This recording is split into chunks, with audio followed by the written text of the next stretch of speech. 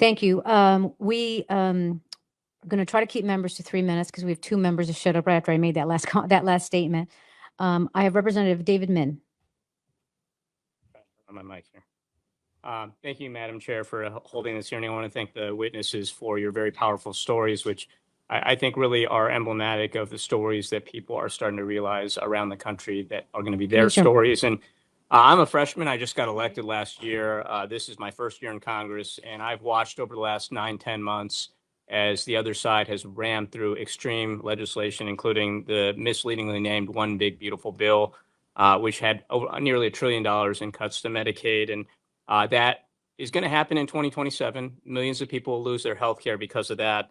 And the rest of us will see much higher premiums. And I think what the Republicans did not realize when they passed that bill is that a lot of those impacts are going to start taking place immediately as insurers, providers, and others start to budget out and think through what this means for them. So, I've heard stories already of pretty massive increases. I think we're expecting something like a 50% increase in our premiums, and we're a pretty healthy family. I have a constituent in my district who's got a lot of chronic illnesses in her family. Their copays have already doubled, and their medications have tripled in cost.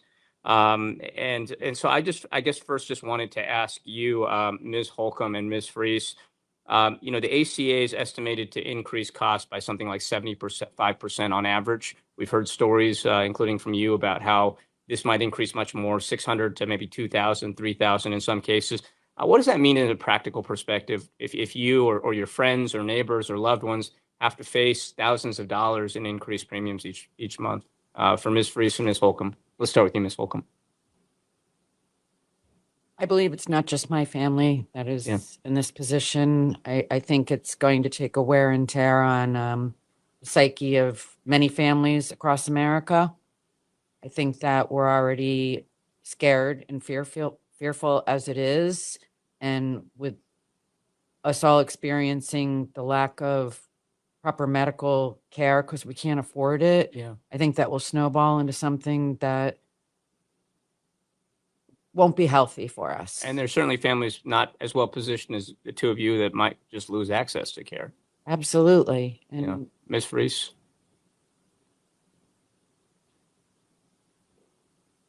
So your question is around the impact of the Medicaid cuts? Yeah, having thousands of dollars in increased premiums just on a practical level for your family and others that you know. So to clarify for me, my family is not on the exchange. Okay. So Medicaid is the primary impact to us. And the impact there is around my son's group home, around health insurance premiums, around access to doctors and access to medication, and all of that would be financially devastating. But I think the more important point is that I would urge us to think bigger and more clearly. Medicaid is a Band-Aid on a bad system that has a million different parts where we have to talk about the ACA and Florida Blue Cross and all of these things.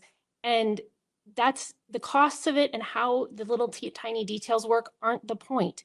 Either God sees every sparrow that falls and numbers the hairs on our heads, and that's true for everybody, or it's not. And we've always had one party in this country that thought that some people were better than others. Let's be honest, it used to be the Democrats. Now it's the Republicans, and by their deeds you shall know them. They think that the billionaires deserve to have care, and we don't. And it's not about figuring out how we're going to fix the ACA or how we're going to fix Medicaid. If someone wanted to, you could induct all of us into the military today, give us all honorable discharges tomorrow, and now we're all going to the VA for our care, which is the most efficient and best outcomes in the country. Something we're working on, And Ms. Brouth, just one final question for you. On the related question, when you take ACA together with the cuts to Medicaid, if this shutdown continues and the Republicans continue to push through a funding bill that does not address the 15 million Americans that will lose their health care, they let the ACA health credits, tax credits expire. What does that mean as far as the quality of care available to average Americans? The potential to become non-existent. There would be a lowering of a bar for the level of care that people should be and will be expecting. And unfortunately, that will become the norm and not the exception. Thank you very much. And I'm going to urge Mike Johnson here, open up Congress. Let us get back to work. Let us fix this, end the shutdown. and not abandon millions more Americans to not being insured. With that, I yield back.